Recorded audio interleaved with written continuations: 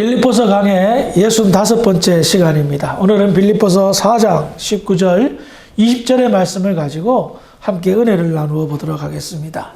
우리는 지난 시간에 빌립보 교회 성도들의 헌신을 바울은 기뻐하고 정말 그 빌립보 교회 성도들의 헌신이 향기로운 제물처럼 하나님을 기뻐하게 하는 그런 귀한 헌신이었다라는 것을 나누었습니다.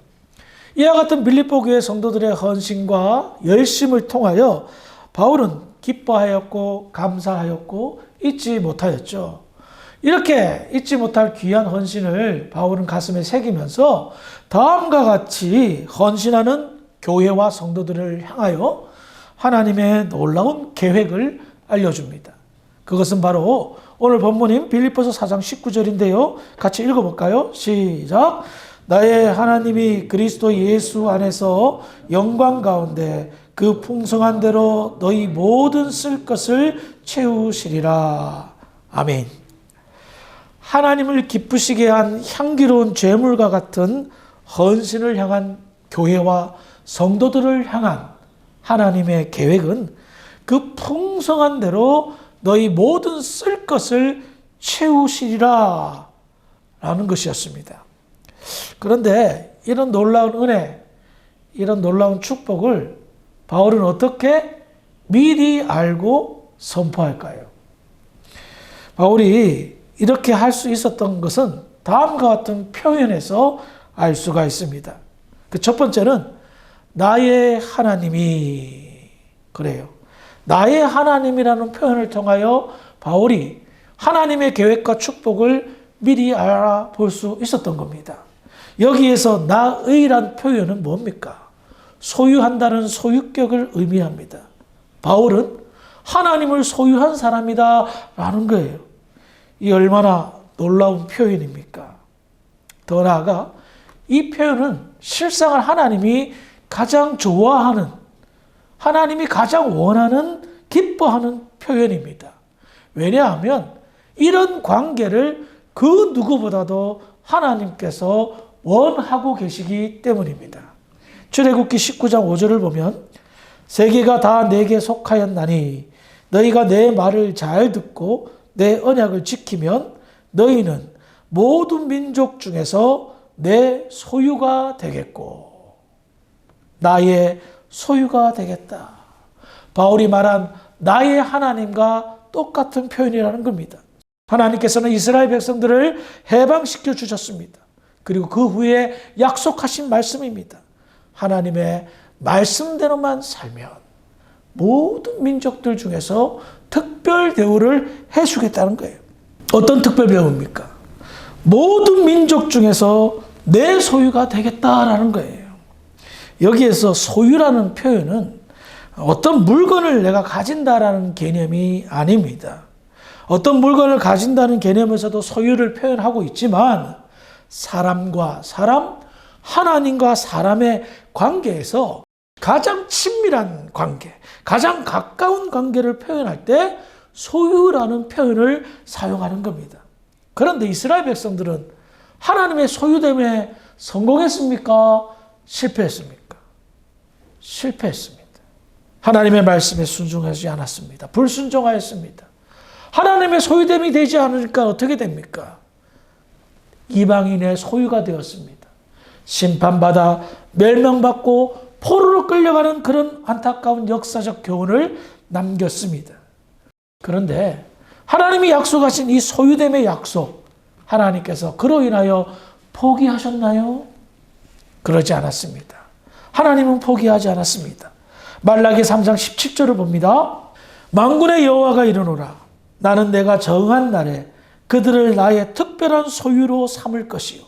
또 사람이 자기를 섬기는 아들을 아낀 같이 내가 그들을 아끼리니. 구약의 마지막 선지자인 말라기는 예언합니다. 하나님을 통하여 다시 한번 약속을 합니다. 나는 내가 정한 날에 그들을 나의 특별한 소유로 삼을 것이다. 이것이 하나님의 약속이었습니다. 과거 출애굽한 이스라엘 백성들과 맺은 그 언약과 관계를 개선하는 새로운 약속을 행하셨습니다. 그래서 그 약속, 소유됨의 약속이 어떻게 성취되었습니까? 베드로전서 2장 9절입니다. 그러나 너희는 택하신 족속이요 왕같은 제사장들이요 거룩한 나라요 그의 소유가 된 백성이니 이는 너희를 어두운 데서 불러내어 그의 기이한 빛에 들어가게 하신 이의 아름다운 덕을 선포하게 하려 하심이라. 너희는 택하신 족속이요 왕같은 제사장들이요 거룩한 나라요 그의 소유가 된 백성이니 라고 말합니다. 그렇습니다. 예수님에 의하여 하나님의 소유된 백성들로 새롭게 나타나게 된 것입니다. 그래서 바울은 하나님과 맺은 새로운 관계를 통하여 하나님을 어떻게 부릅니까? 나의 하나님이라 부르는 겁니다. 하나님은 나의 소유 되십니다. 하나님은 나의 하나님이십니다. 개인적으로 나의 하나님이라 표현할 수 있는 이 얼마나 우리의 신분이 높아졌는지를 알 수가 있는 표현입니다. 어려운 말로는 성귀라는 표현을 사용합니다. 그렇습니다. 하나님은 우리를 축복하셨고 하나님과 가장 가까운 관계로 만드셨습니다. 하나님의 소유된 우리는 하나님의 소유를 할 수 있는 그런 상태로 만드셨기에 바울은 나의 하나님이라는 표현을 사용하였고 빌립보 교회 성도들의 그 헌신을 하나님이 기뻐하시며 하나님과 밀접한 관계를 맺은 바울이 하나님의 거룩한 뜻을 깨닫고 그들을 축복합니다. 하나님과 가장 가까운 상태였기 때문에 하나님의 마음을 읽고 생각을 읽어서 그들에게 선포하는 겁니다. 그래서 하나님께서 그들을 축복하실 거라 말하는 겁니다. 그런데 우리 한 가지 중요한 점을 한 가지 짚고 넘어가야 될 것이 있는데요. 이런 하나님과 나의 소유된 서로가 서로를 소유하는 그 상태는 어떤 상태일 때 가능할까요? 하나님의 은혜로 우리는 하나님을 소유하는 하나님을 나의 하나님이라 부를 수 있는 은혜가 임했습니다. 하나님은 또한 우리를 하나님의 소유된 백성으로 삼으셨습니다. 그런데 이것이 그냥 이루어진 것이 아니라는 겁니다. 오늘 본문이 19절을 다시 한번 보겠습니다. 어떤 상태일 때 소유됨이 될까요? 시작.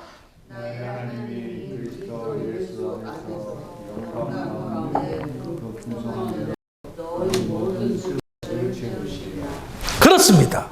나의 하나님이 그리스도 예수 안에서 영광 가운데.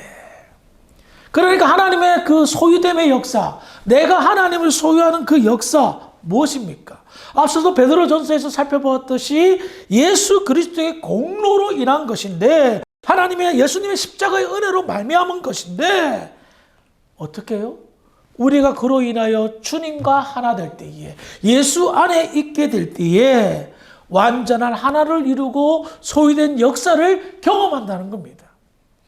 그런데 더 놀라운 사실은 하나님 역시 마찬가지로 축복의 빌미, 함께하는 은혜, 소유된 역사를 예수 안에서 행하신다는 거예요.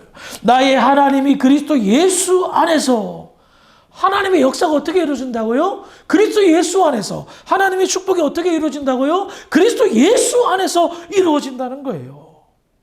그러니 저와 여러분들도 예수님 안에 있게 될 때에 하나님 역시 그리스도 예수 안에서 저와 여러분들을 축복하시고 은혜를 베푸신다는 것이에요. 그래서 이제 이해가 되는 겁니다. 무슨 이해? 바울이 빌립보서를 기록하면서 입버릇처럼 예수 안에서, 주 안에서, 그리스도 예수 안에서를 계속해서 반복합니다. 시간 관계상 다 찾아볼 수는 없지만 여러분 빌립보서 짧으니까 한번 찾아보서 읽어보세요. 그리스도 예수 안이라는 그 표현이 얼마나 자주 반복적으로 사용되는지, 내게 능력 주시는 자 안에서 내가 모든 것을 할 수 있느니라, 주 안에서 항상 기뻐하라, 내가 다시 말하노니 기뻐하라라는 등등 예수 안에서라는 표현을 너무나도 잘 사용하고 있다는 겁니다. 이게 무엇입니까? 예수 안에 있게 될 때에 하나님의 소유됨을 느끼고 예수 안에 있게 될 때에 진정한 헌신이 일어나며 예수 안에 있게 될 때에 우리의 헌신으로 말미암아 하나님이 기뻐하시며 우리를 축복하시는 그 은혜들을 누릴 수 있다는 비밀을 가르쳐주고 있다는 겁니다. 바울은 하나님의 생각을 읽을 수가 있었습니다. 계획을 알게 될 수가 있었습니다. 왜? 하나님을 소유하였기 때문에. 그런데 그 소유됨은 예수 안에서 느낄 수 있는, 경험할 수 있는 유일한 방법임을 그는 고백하고 있다는 것입니다. 그러므로 지혜로운 성도는 그리스도 예수 안에서 누리는 삶을 사는 자들입니다. 그리스도 예수 안에 있게 된다는 것, 어떤 의미일까요?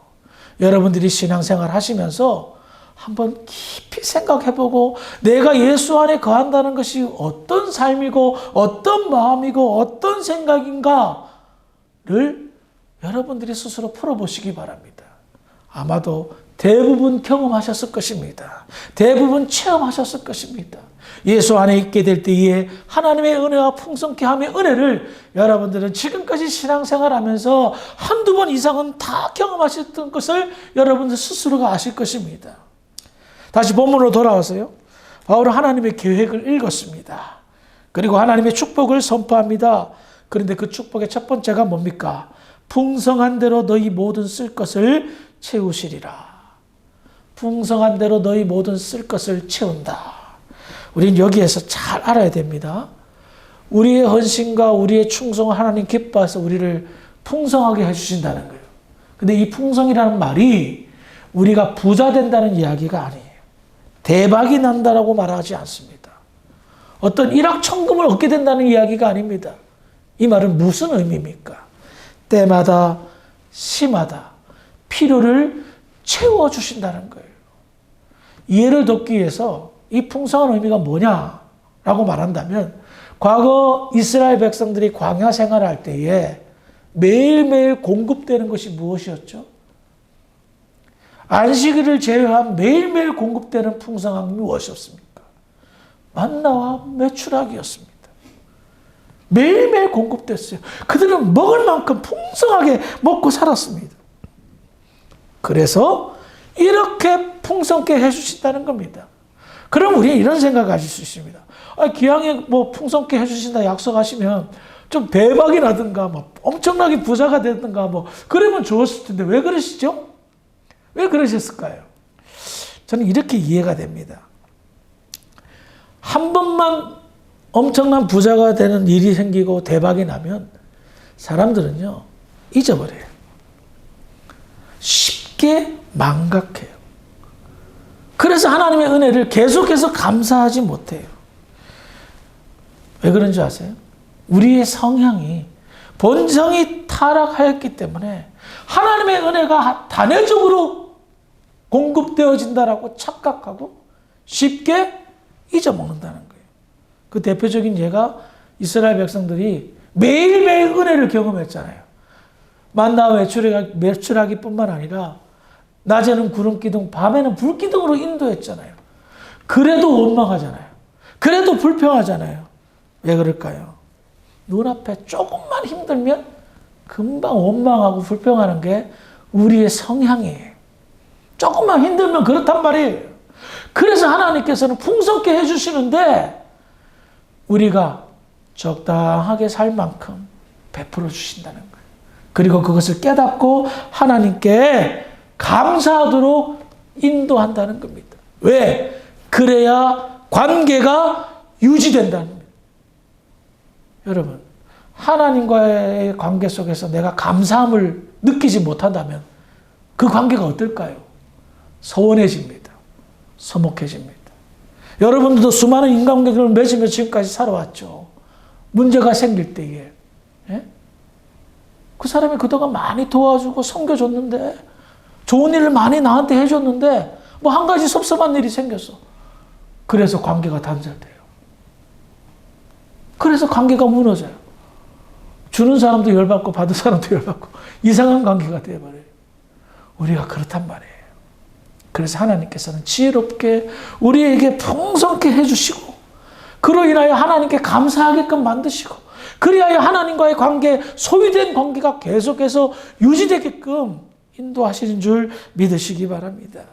그래서 하나님의 풍성케 하심을 매일매일 맛보는 성도는 그 은혜에 매일매일 감사하고 진정한 기쁨과 감사로 자신의 인생을 꾸려 나가는데 그 인생이 바로 행복한 인생이라는 겁니다. 엄청나게 잘 나가는 사람과 비교해 봤을 때 자기는 초라해질 수 있어요. 그런데 나는 그렇게 잘 나가는 사람보다 더 행복하게 산다? 더 기쁘게 산다? 더 감사하며 산단 말입니다. 왜? 하나님의 은혜가 내 심령에 머무는 거거든요. 다른 사람과 비교해 봤을 때 그것은 풍성한 것처럼 보이지 않지만 나는 이것으로 자족하고 이것으로 풍성하다는 것을 느끼고 이것으로 감사하며 느끼거든요. 그래서 내 인생이 행복하다고 느끼고 하나님의 은혜로 산다는 것에 의미를 부여하며 산다는 겁니다. 그래서 빌립보 교회 성도들은 이런 풍성케 하심의 약속을 받고 기대하게 되고 조그마한 하나님의 역사에도 크게 반응하는 은혜가 그들의 삶 속에 나타납니다. 그러면 하나님의 은혜를 경험하면 그 사람들은 어떻게 반응하는 것이 합당할까요?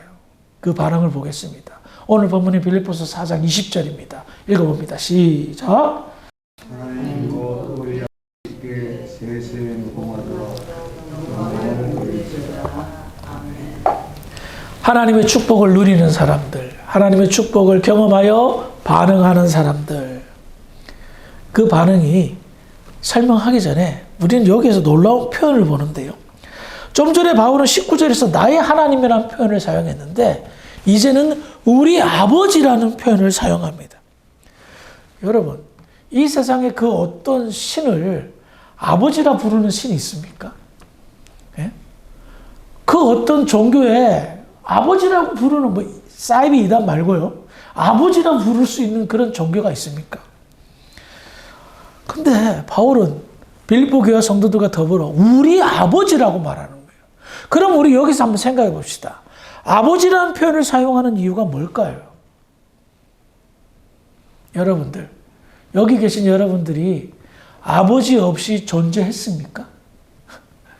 예수님 말고는, 육체로 이 땅에 오신 예수님 말고는 이 세상 그 어떤 존재도 아버지 없이 태어난 존재는 없어요. 아버지는 나라는 존재를 가능하게 한 그런 존재라는 겁니다. 아버지 없이 나라는 존재는 없습니다. 그래요. 지금 우리 아버지라는 표현은 뭐냐? 빌립보 교회 성도들과 바울에게 아버지 되시는 하나님이 현재의 나를 만드셨다. 현재의 나라는 존재를 새롭게 하셨다라는 놀라운 표현이라는 겁니다. 그래서 새롭게 된 나라는 존재, 그리스도 예수 안에서 새로운 생명이 된 나라는 존재를 가능케 하신 그분을 하나님, 우리 아버지라 표현한 거예요. 그 아버지 때문에 우리는 어떤 존재가 되었습니까? 이 땅에서 저 하나님의 나라를 소망하며 살아가며 하나님의 자녀로서 영원한 영광 가운데 영생토록 살아갈 축복을 소유한 사람들로 이야기하고 있다는 겁니다. 그래서 우리에게 이와 같이 하나님을 아버지라 부를 수 있는 나라는 현재의 존재를 새롭게 만들어주신 하나님께 우리는 어떻게 해야 된단 말이에요? 그 영광을 세세 무궁토록 찬양할지어다. 세세 무궁토록 영광을 돌릴지어다. 아멘! 하며 선포하는 것입니다. 하나님께 영광을 돌릴 수 있는 존재는 나의 하나님, 우리 아버지라는 표현을 사용할 수 있는 존재가 유일합니다. 아무나 하나님께 영광 돌릴 수 없습니다. 하나님을 아버지라 부르며 나의 하나님이라 부를 수 있는 하나님의 택한 백성, 성도들만이 하나님께 세세 무궁토록 영광을 돌릴 수 있다는 거예요. 간혹 믿지 않는 사람들도 하나님께 영광을 돌릴 수 있어요.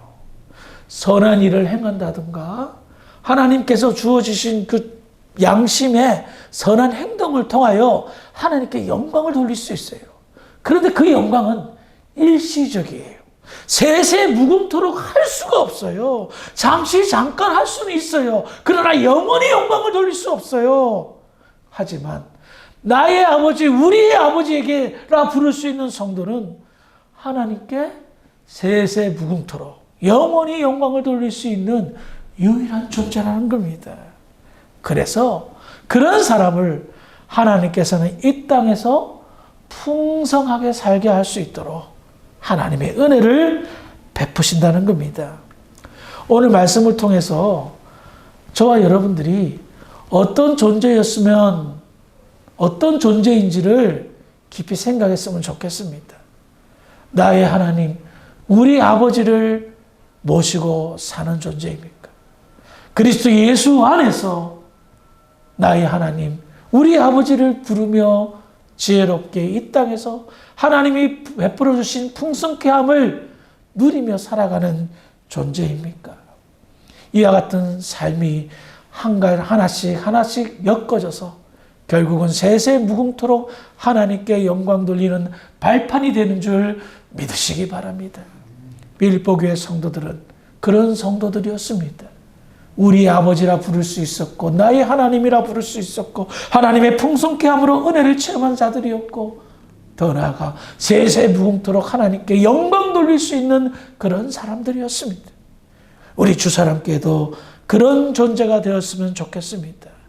나의 아버지라 부를 수 있는, 우리 하나님이라 부를 수 있는 그런 복된 존재가 되겨 하나님께 영광 돌리는, 영원토록 영광 돌리는 교회와 성도가 되기를 주의 이름으로 축원합니다. 기도하시겠습니다.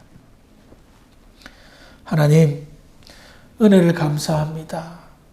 하나님을 나의 하나님, 우리 아버지라 부를 수 있도록 은혜를 베풀어 주심을 감사합니다. 우리를 새로운 존재로 만드신 아버지 하나님께 모든 영광을 돌리기를 소망합니다. 그리스도 예수 안에서 모든 영광 돌릴 수 있는 지혜로운 성도들, 아름다운 성도들 될 수 있도록 축복하여 주시옵소서. 감사하며 예수님의 이름으로 기도합니다. 아멘.